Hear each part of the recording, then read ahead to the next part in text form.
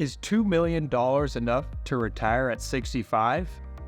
Well, you're in the right place, because today we're going to go through a client scenario where they asked me that very question. I'm going to tell you up front, their plan needs some work.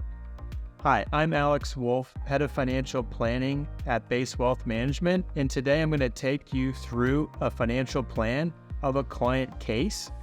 Now, in our case today, we've changed the names and updated some of the numbers for confidentiality reasons, but overall, this is an actual client plan, and this isn't going to be your plan exactly, but it may be very similar. And if you're interested in a customized plan, please go to basewealthmanagement.com to check out our website and schedule an introductory meeting. So let's dive right into John and Betsy. So their main question was, is $2 million enough for them to be able to retire at age 65? Now, when looking at John and Betsy, we obviously know that that's one of their goals, is to retire at 65, but also look at other goals you have. Is there a second home, a retirement, cabin that they want to purchase, a boat, expensive vehicles, any big ticket items are something that you're going to want to budget for and add to the goal. And then what's the likelihood that you're going to be able to accomplish this with your financial picture?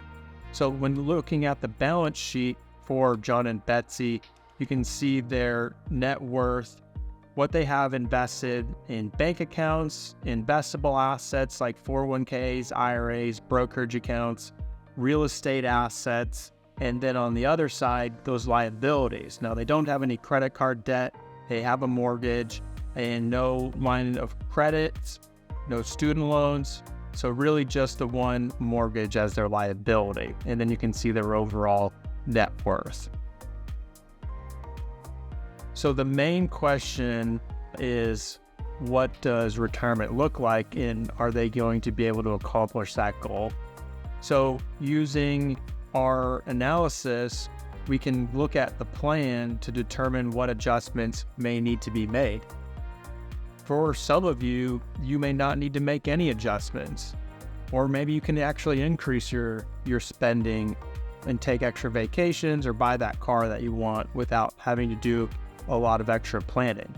In this case, you can see their current plan, if they make no adjustments, there's only a 63% probability that they'll be able to accomplish their goals. If we make some small adjustments in this proposed plan, it increases their probability to 77%. What are these action items? For John and Betsy, we're recommending that they actually work a couple extra years if they want to be able to maintain a retirement spending goal of $12,000 per month. Now, they may not have to work an extra couple of years if they're willing to bring down their monthly expenses or spend less, really. But to maintain $12,000 per month, John and Betsy will need to work a couple of extra years to increase their probability. Now, when working with you in developing your customized plan, there may be some non-negotiables, but it's our job as your planner or advisor to discuss what are the risks that you're taking if there's some things you're not willing to negotiate. I have a couple clients I work with where they're going to retire at 65 or 60, and that's it. There's no way to talk them out of it, but they may have to make some extra sacrifices on their spending to be able to maintain their quality of life or to retire at that age. Another thing is, when we do planning for you and John and Betsy, is how long are you going to live? Well, we don't know. Obviously, we can't predict what the future holds for you, but we want to be conservative in the plan to make sure that you have enough to live off of should you live into your 90s and even further than that. Other adjustments into the plan that we can make are increasing your retirement contributions or contributions into brokerage accounts or savings to help get you to their goal.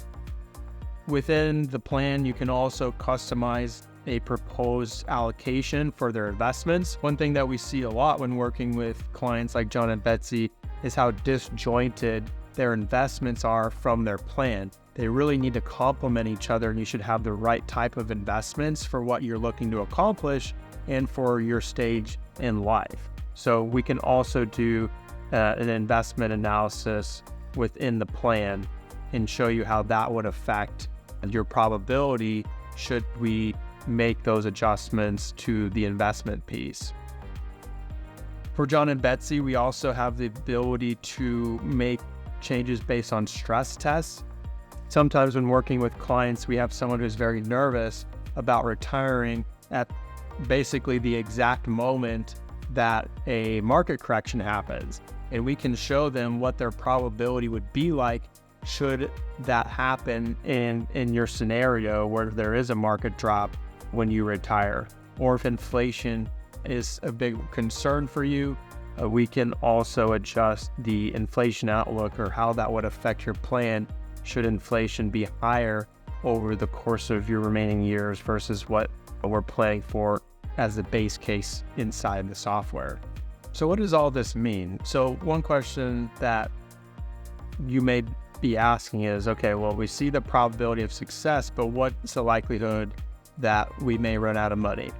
Now, there is a 37% probability that your plan may fail in the current case, but our goal is to get you on track and make those incremental changes to get you to a higher level of probability.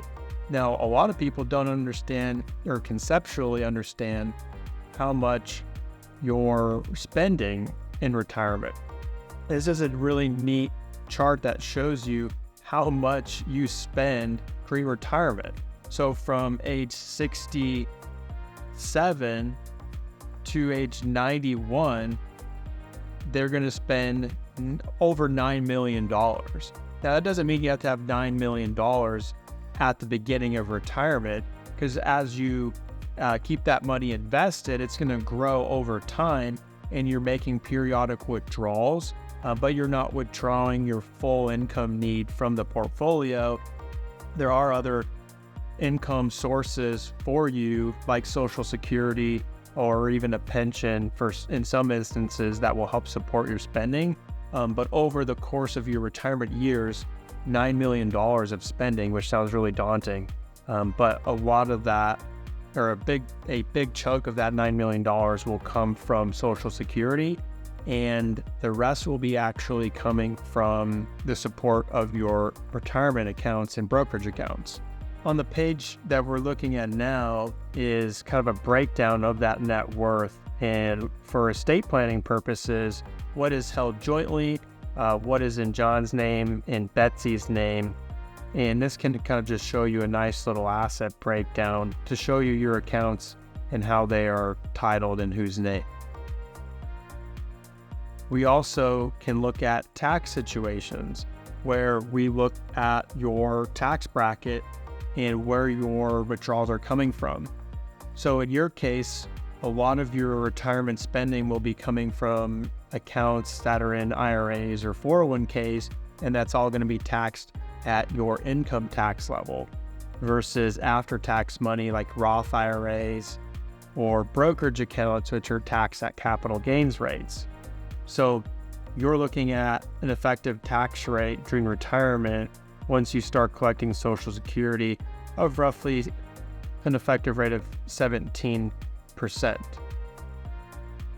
If you're interested in looking at some Roth conversion analyses, we can also do that by showing you the different breakdowns of if you're willing to fill up your current tax bracket or even go up into the next one, and what the long-term benefits or effects would be on your tax situation by converting some of your pre-tax dollars into after-tax accounts.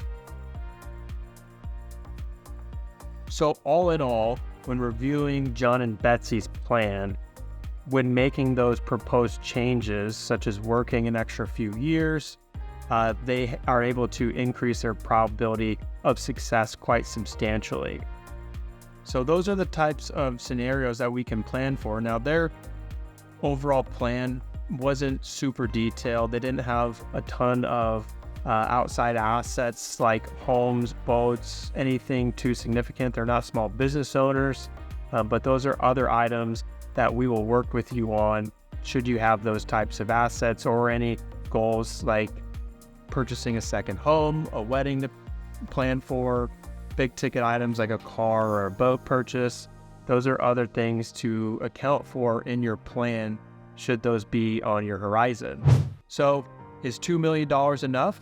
No, it isn't. Thanks for watching. My name is Alex Wolfe, Certified Financial Planner for Base Wealth Management. Please subscribe to our channel and look for future content.